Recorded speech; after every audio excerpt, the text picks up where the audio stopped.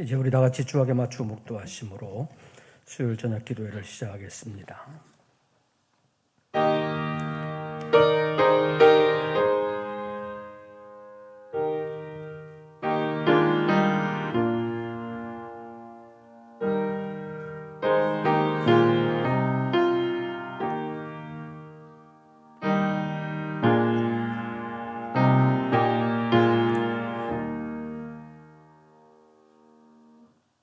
분주복잡한 세상을 피곤하게 살아가던 저희들을 다시 주님의 전으로 불러 주님을 바라보게 하심을 감사합니다.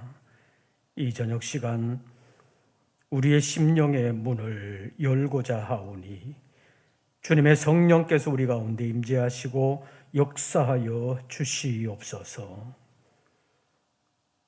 성령의 불담으로 지켜주시옵소서. 오직 주님께만 향할 수 있도록 도와주시옵소서. 예수님의 이름으로 기도하옵나이다. 아멘. 찬송가 251장입니다. 251장.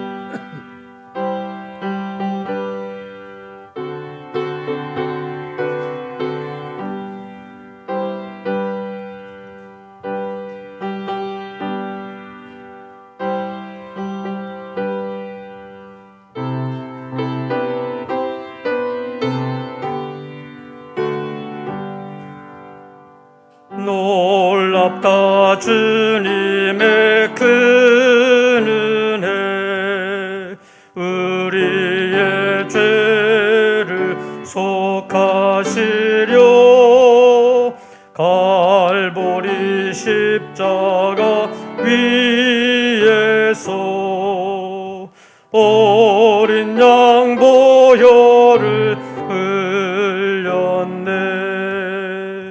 주의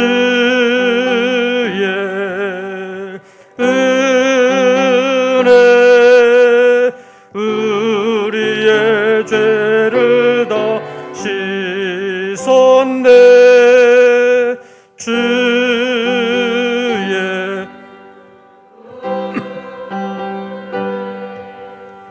우리의 죄를 다 씻었네.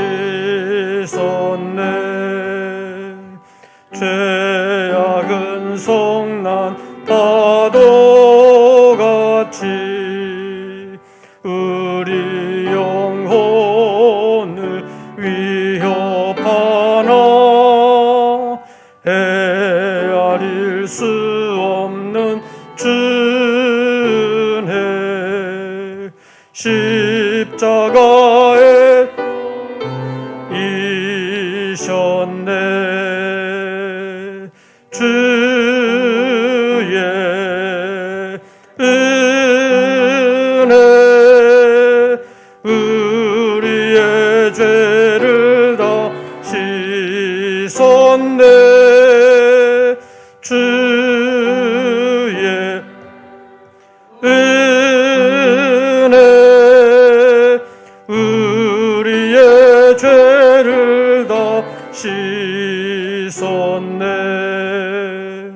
죄악에 물든 영혼들을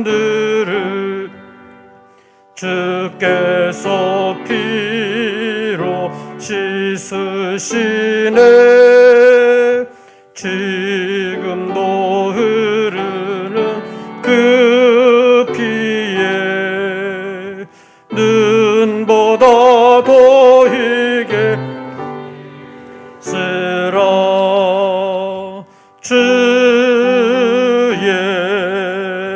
은혜 우리의 죄를 다 씻었네.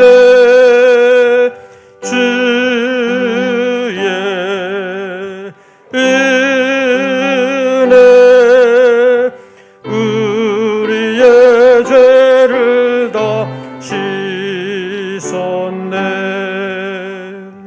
비할 수 없는 은혜를 믿는 자의 고조주네 형제여 주 앞에 와서 도지체 말고 곧 받으라. 주의 은혜 우리의 죄를 다 씻었네. 주의 은혜 우리의 죄를 다 씻었네. 우리 다 함께 잠깐 통성으로 기도하겠습니다. 우리의 죄를 위하여 십자가 지신 우리 주 예수 그리스도의 고난이 우리의 삶에서 헛되지 아니하도록 다시 한번 우리에게 강권하여 주시는 하나님의 은혜가 임하기를 함께 기도하겠습니다. 우리 다 같이 보통 음성으로 잠깐 기도하겠습니다. 자비로우신 아버지 하나님, 이 저녁 시간에도 저희들을 다시 불러 주님을 생각하며 말씀을 상고할 수 있는 시간으로 인도해 주신 것을 감사합니다. 여러 가지 분주복잡한 세상에서 피곤하게 살 때 있습니다. 우리의 피곤함을 주님께서 붙들어 주시고 육체의 피곤함뿐만 아니라 정신의 피곤함, 우리의 영혼의 피곤함까지 주님께서 치료해 주시옵소서. 이 저녁 시간에도 간절한 마음으로 주님을 바라는 우리 모든 권속들에게 주님이 임재하시고 역사하여 주시되 우리 주 예수 그리스도의 십자가와 부활이 우리의 삶 속에서 다시 힘의 되게 하시고 능력이 되게 하여 주시옵소서. 사랑하는 우리 모든 권속들의 구체적인 삶의 현장에서 모든 어려움을 아름답게 이겨나갈 수 있도록 역사하여 주시옵소서. 우리 하나님께서 우리 모든 권속들에게 함께하여 주시기를 간절히 원하옵나이다. 도와주시옵소서. 함께하여 주시기를 간절히 원하옵나이다. 우리 모든 권속들의 모든 형편을 주님 아시오니 주님께서 붙들어 주시옵소서. 역사하여 주시옵소서. 우리 모든 권속들 가운데 특별히 주님을 향하여 마음을 열며 주님을 찾을 때 만나주시는 은총을 베풀어 주시옵고 기도에 응답하시되 하나님의 이름의 영광을 위하여 하시오며 승리할 수 있도록 역사하여 주시옵소서. 특별히 구체적인 삶의 현장에서 주님이 우리 모든 권속들의 삶을 붙들어 주시되 세상 모든 어려움을 아름답게 이겨나갈 수 있도록 속사람을 강건하게 하시고 늘 때를 따라 돕는 은혜로 함께하여 주시어서 아름답게 이겨내게 하시며 끝까지 쓰임받을 수 있도록 사명으로 승리할 수 있도록 역사하여 주시옵소서. 이 저녁 시간에도 주님을 바라며 주님 앞에 머리를 숙이는 우리 모든 권속들, 주의 전에 찾아나와 간절한 마음으로 기도하는 권속들과 현장에서 함께 참여하는 사랑하는 우리 모든 권속들에게 우리 하나님께서 힘을 도하여 주시되 세상을 이길 수 있으며 마귀의 권세, 마귀의 괴계를 능히 이겨낼 수 있도록 하나님의 전신갑주를 입혀 주시옵소서. 이 저녁 시간에도 주님 함께하여 주심을 믿사오며 예수님의 이름으로 기도하옵나이다. 아멘. 하나님의 말씀 사도행전 제1장입니다.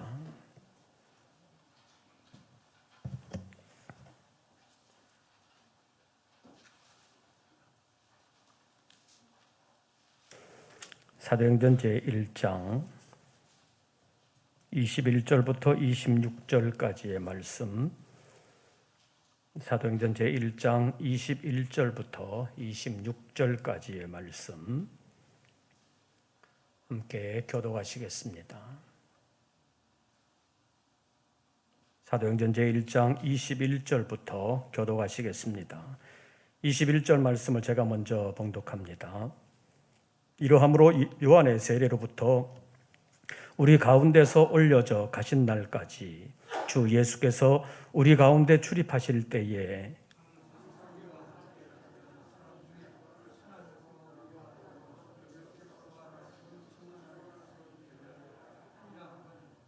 그들이 두 사람을 내세우니 하나는 바사바라고도 하고 별명은 유스도라고 하는 요셉이요 하나는 matti아라.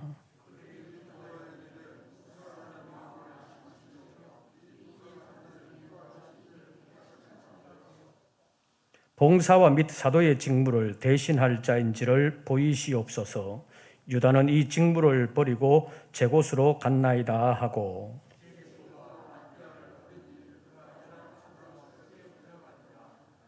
아멘.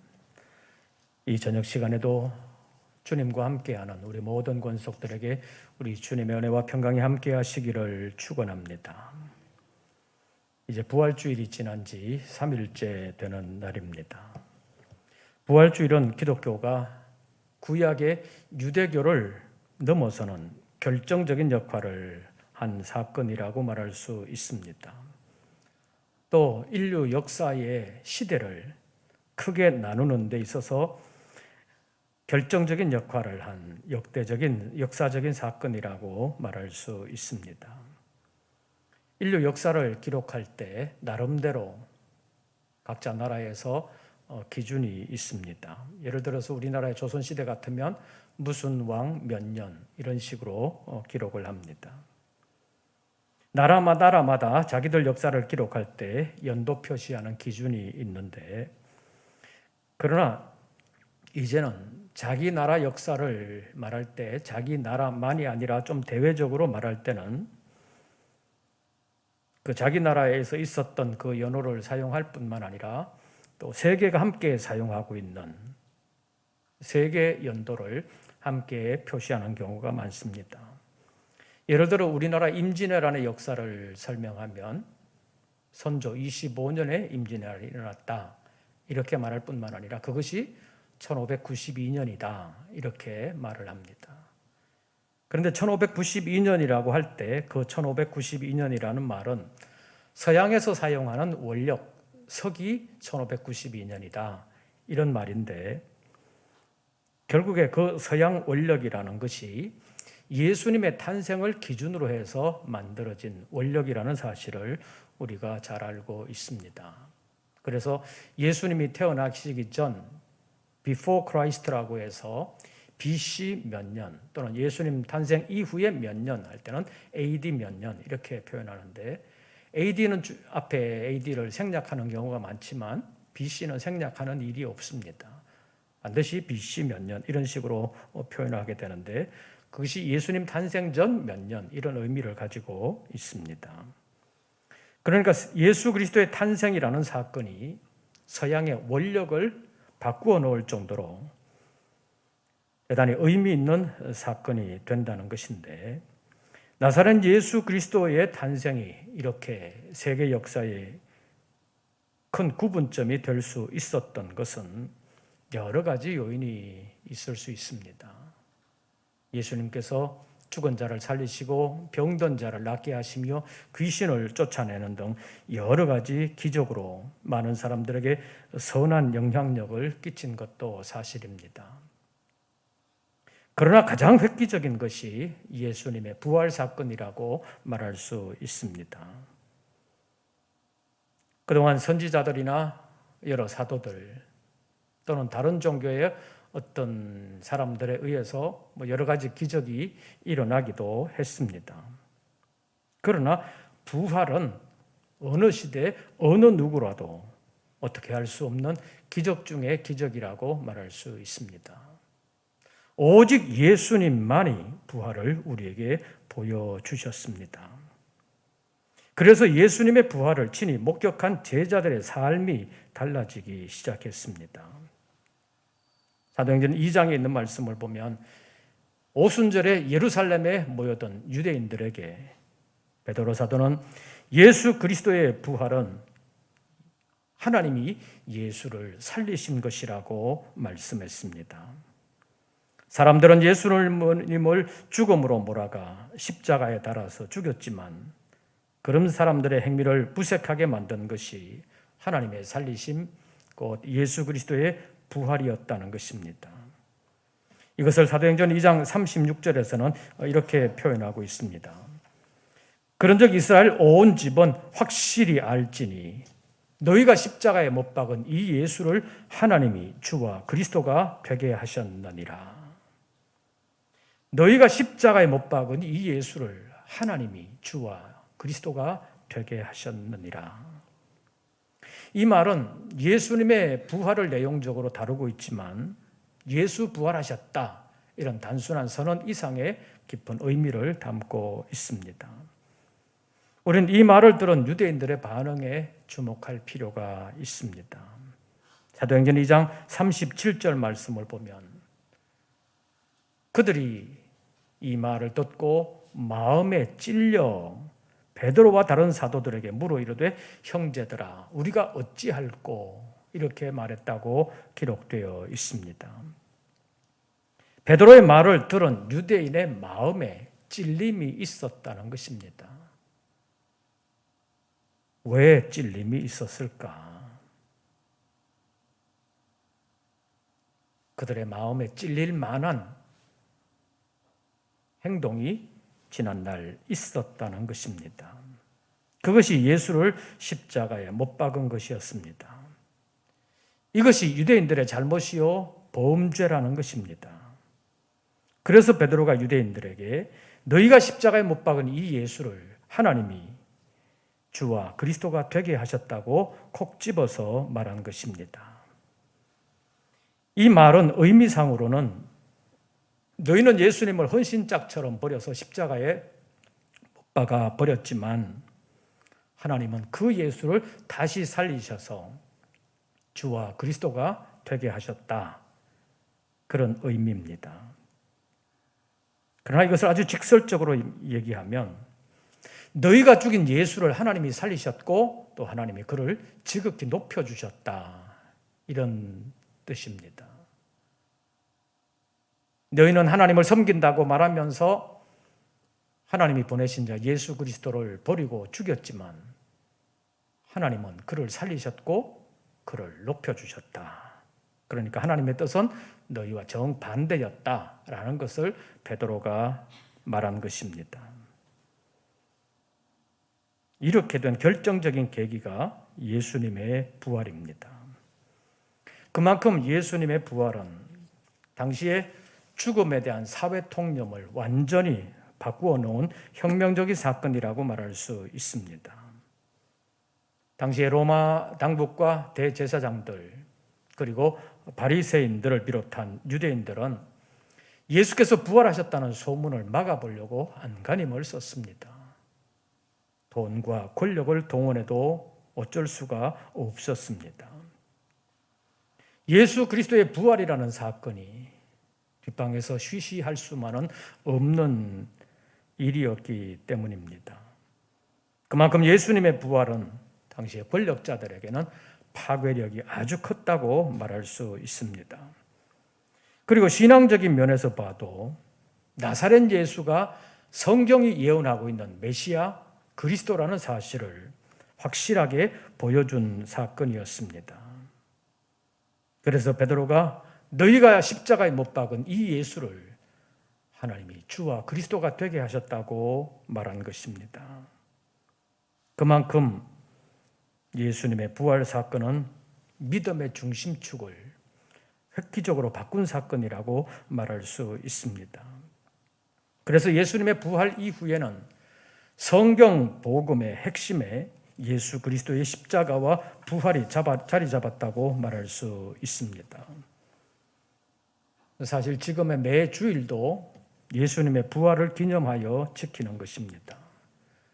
예수님께서 십자가에 달리시고 안식 후 첫날에 부활하셨습니다. 그것을 기념하여 당시에 매주 모이던 것이 오늘날 주일로 자리 잡은 것입니다. 다시 말하면 예수님의 부활이 오늘날 주일이라는 제도로 우리의 삶에 깊숙이 들어와 있다는 말입니다. 그러나 이렇게 시작된 주일인데도 매주 주일을 보내면서 예수님의 부활과 우리의 부활에 대한 생각이 우리에게 조금도 없다면 우리는 주일을 제대로 지키는 것이라고 말할 수 없습니다. 오늘 본문을 보면 가룟 유다가 자신의 삶을 자살로 마무리한 후에 사도들이 모여서 사도 한 사람을 보충하자는 의견을 냈습니다. 그때 사도로 뽑힐 사람이 해야 될 일을 언급하고 있습니다. 그래서 오늘 저녁에는 그것을 살펴보면서 예수님 부활의 의미를 다시 새겨보고자 합니다. 21절과 22절 말씀 보시지요.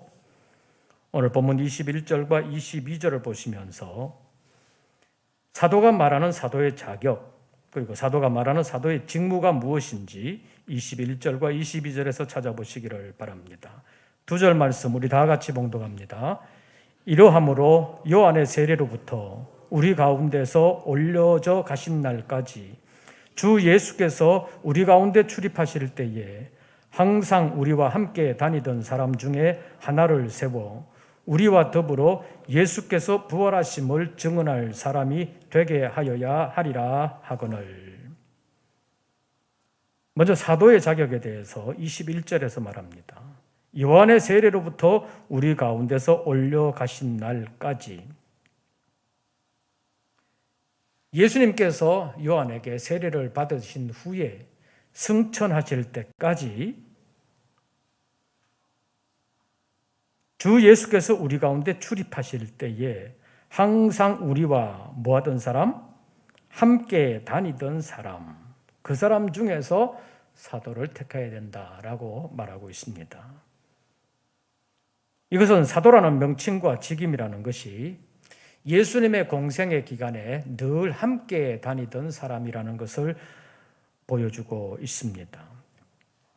다시 말하면 사도로 부르심을 받은 사람은 예수님의 공생의 기간 동안 늘 예수님과 함께 하면서 예수님과 함께 다녔던 사람이라는 것입니다.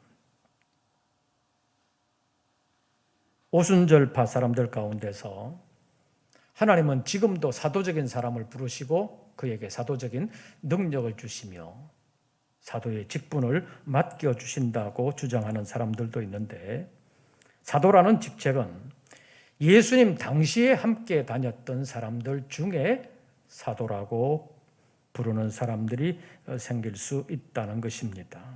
다시 말하면 예수님께서 직접 부르시고 예수님의 일을 맡긴 사람들이 사도들인데, 오늘 본문에서는 가룟 유다가 자살하면서 한 사람이 비었을 때 한 사람을 보충하기 위해서 예수님의 공생의 기간에 늘 우리와 함께 다니던 사람 중에서 한 사람만 뽑자, 그렇게 말하고 있는 것을 볼 수가 있습니다. 그래서 22절 말씀 한번 보시지요. 사도들의 의견이 무엇이었는지. 22절, 항상 우리와 함께 다니던 사람 중에 누구를 세워? 하나를 세워 우리와 더불어 무엇을 증언할 사람? 예수께서 부활하심을 증언할 사람이 되게 하여야 하리라. 여기서 우리는 두 문구에 주목할 필요가 있습니다. 여러 사람들 가운데서 하나를 세운다는 것과 예수님께서 부활하심을 증언할 사람이라는 문구입니다. 사도들의 숫자를 자기들 마음대로 늘리지는 않겠다는 것입니다.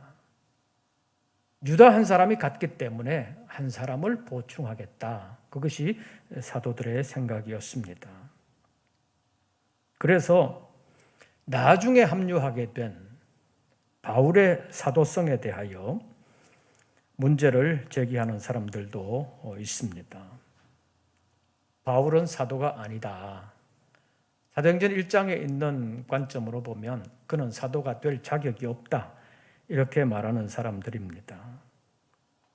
바울의 경우에는 예수님의 공생의 기간 동안에 함께 다니지도 않았고 예수 믿는 제자도 아니었고 도리어 예수 믿는 사람들을 박해한 사람이었기 때문에 그는 사도가 될 수가 없다. 그렇게 주장하는 사람들이 있습니다. 사도 바울의 경우는 핍박자로서 다메섹으로 가던 도중에 부활하신 예수 그리스도를 만났습니다. 부활하신 예수 그리스도를 만나면서 그의 인생이 완전히 뒤바뀌는 경험을 한 사람입니다. 사도 바울의 경우는 부활하신 예수님께서 직접 부르셨고 부활하신 예수님께서 직접 그에게 사명을 맡기신 경우라고 볼 수 있는데 나중에 베드로를 비롯한 사도들과 예루살렘 교회 지도자들에게 인정을 받았다고 볼 수 있습니다. 직무 수행으로만 보면 바울은 어느 사도 못지 않습니다.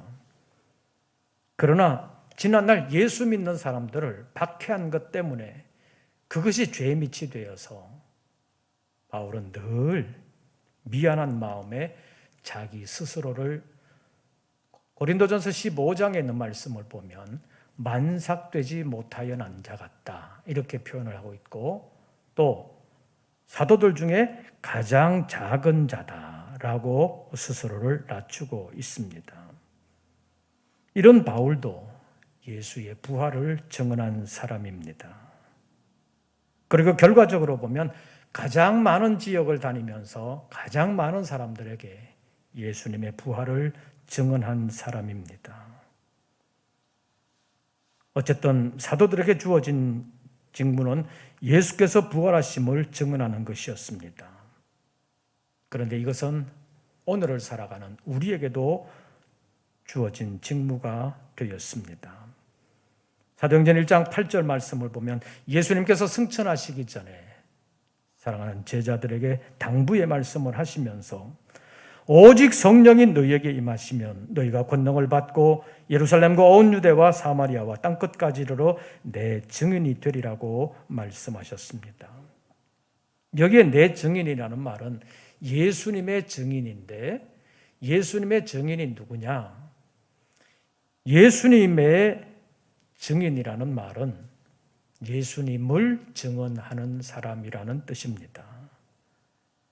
그 예수님을 증언함에 있어서 예수 그리스도의 부활은 맞들일 수 없이 중요한 사건이고 예수님의 생애에 있어서 핵심적인 사건입니다. 그래서 베드로를 비롯한 여러 사도들이 한 사람의 사도를 보충하면서 사도의 직무가 뭐냐 하는 것을 말할 때 예수께서 부활하심을 증언해야 할 사람이라고 말하고 있는 것입니다. 예수님의 부활이 그만큼 제자들의 믿음과 삶을 변화시켰을 뿐만 아니라 그 당시에 살았던 많은 사람들의 삶을 변화시켰습니다. 그래서 예수님의 부활을 증언하지 않을 수가 없었던 것입니다. 사도행전 제4장에 있는 말씀을 보면 제자들이 예수님의 부활을 전하고 있을 때 그것을 가장 싫어했던 사람들이 있었습니다. 제사장들, 성전 맡은 자들, 사두개인들 이런 사람들이 예수님의 부활을 전하는 제자들이 얼마나 싫었는지 제자들을 잡아가지고 감옥에 가두어 버렸습니다. 그리고 공회를 소집해가지고 제자들을 처벌하려고 했습니다. 그래도 마땅히 처벌할 구실을 찾지 못하자 그냥 위협하고 내보내려고 했는데 위협하면서 뭐라고 말했느냐 하면 다시는 예수의 복음을 말하거나 가르치지 말라라고 말했습니다. 그러자 그때 베드로와 요한이 한 말이 사도행전 4장 19절과 20절에 기록되어 있습니다. 베드로와 요한은 하나님 앞에서 너희의 말을 듣는 것이 하나님의 말씀을 듣는 것보다 옳은가 판단하라. 우리는 보고 들은 것을 말하지 아니할 수 없다라고 말하고 있습니다. 이런 담대함이 어디에서 나왔겠습니까? 본래 베드로와 요한은 담력이 그렇게 센 사람이 아닙니다. 예수님께서 마지막으로 예루살렘으로 들어가 잡혀가실 때 두 사람 다 끝까지 함께하지 못했던 사람들입니다. 그저 멀찌감치 따라갔을 뿐입니다. 게다가 베드로는 3번씩이나 예수님을 모른다고 부인한 경험도 있습니다.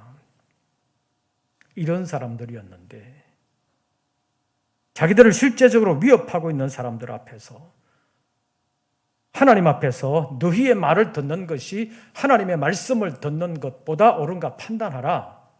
우리는 보고 들은 것을 말하지 아니할 수 없다라고 말할 수 있게 된 것은 예수 그리스도의 부활을 목격했기 때문입니다.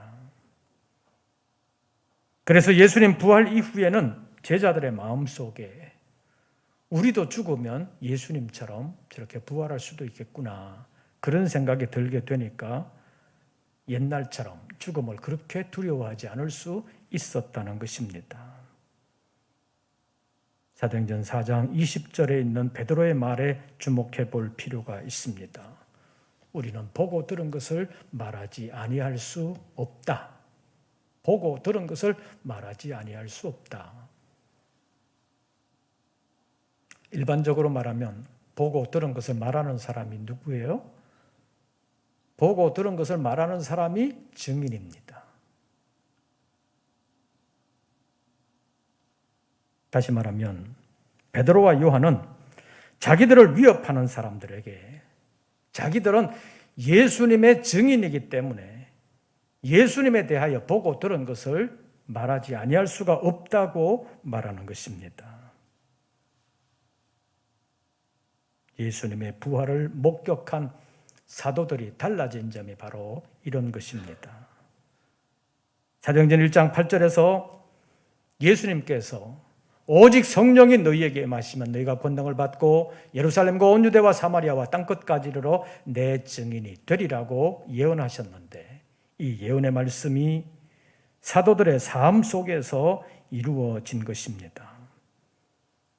사도들은 예수님의 부활하심만 보았어도 이렇게 달라졌습니다.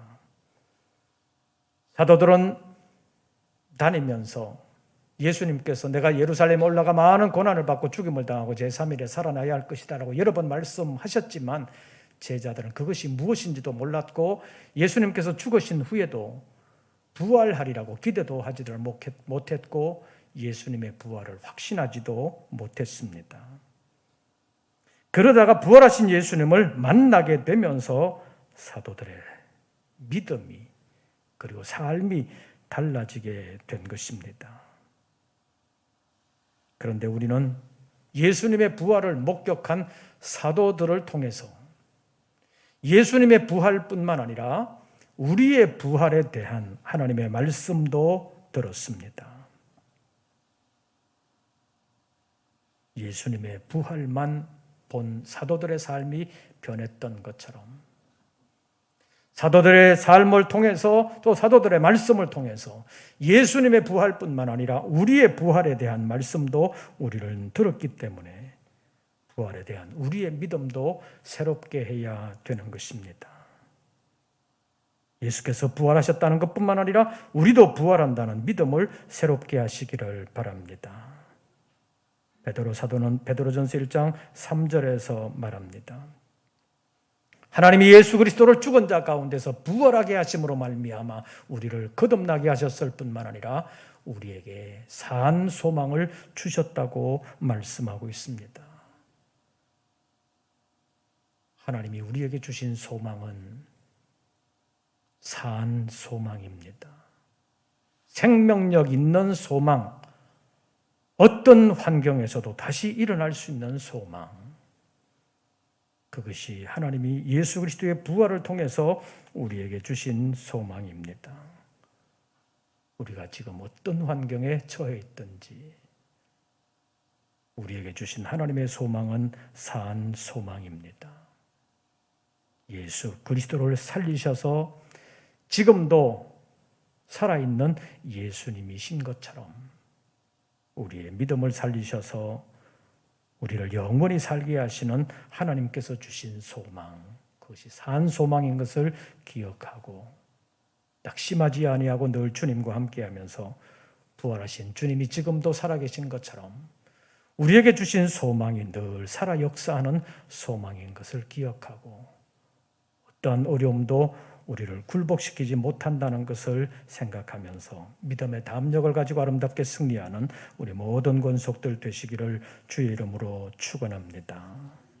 찬송가 170장 부르시겠습니다.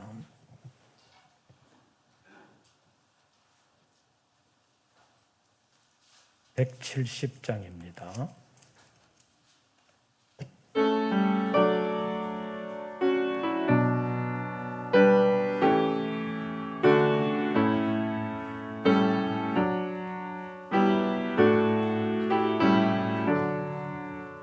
내 주님은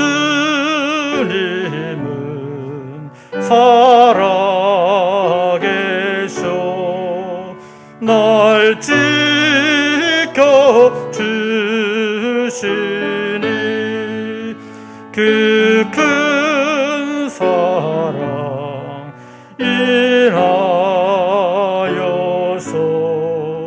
나 자유 나의 구원 되신 주님 내 소망 되신 주 항상 나와 함께 하셔 곧 다시 오시리 나를 거룩하게 하려 주 나를 부르니 주의 은혜 내게 넘쳐 주 뜻을 이루리 그 센 믿음 나 가지고 주 말씀 따르면 주님 다시 강림할 때 날 영접하시리.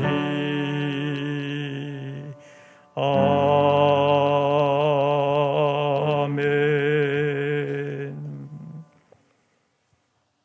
저희들 다시 세상으로 나아갑니다. 여러 가지 어려움이 있어도 죽음 앞에서도 예수님의 부활을 목격한 이후에 사도들의 삶이 달라져서 담대하게 말할 수 있었던 것처럼 오늘 우리의 삶에서 어떤 어려움이 우리 앞에 있어도 부활하신 주님으로 말미암아 우리의 부활이 있음을 기억하고 낙심하지 아니하도록 새 힘 부어 주시옵소서. 우리 모든 권속들 가운데 필요할 때마다 말씀이 생각나게 하셔서 그 말씀이 지혜가 되고 능력이 되어 언제나 소망을 잃지 아니하고 부활하신 주님을 바라보는 우리 모든 권속들 되게 하여 주시옵소서.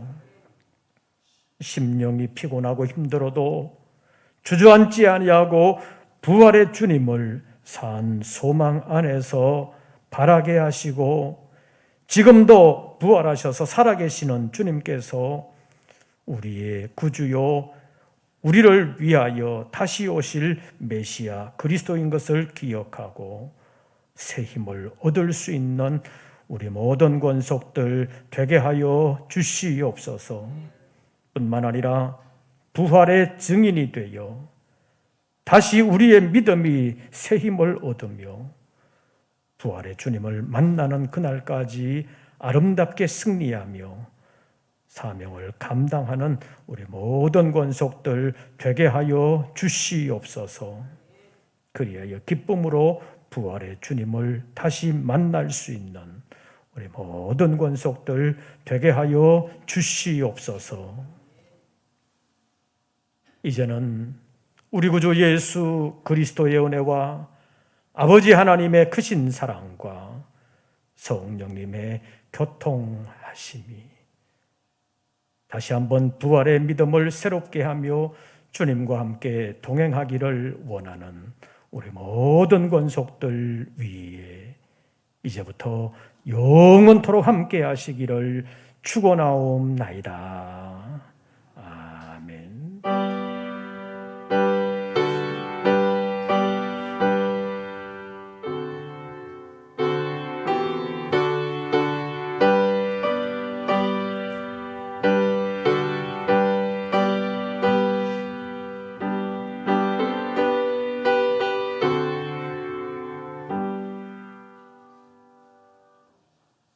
한 주간의 남은 날들 주 안에서 평안하시고 승리하시기를 빕니다. 이것으로서 수요일 저녁 기도회를 모두 마치겠습니다.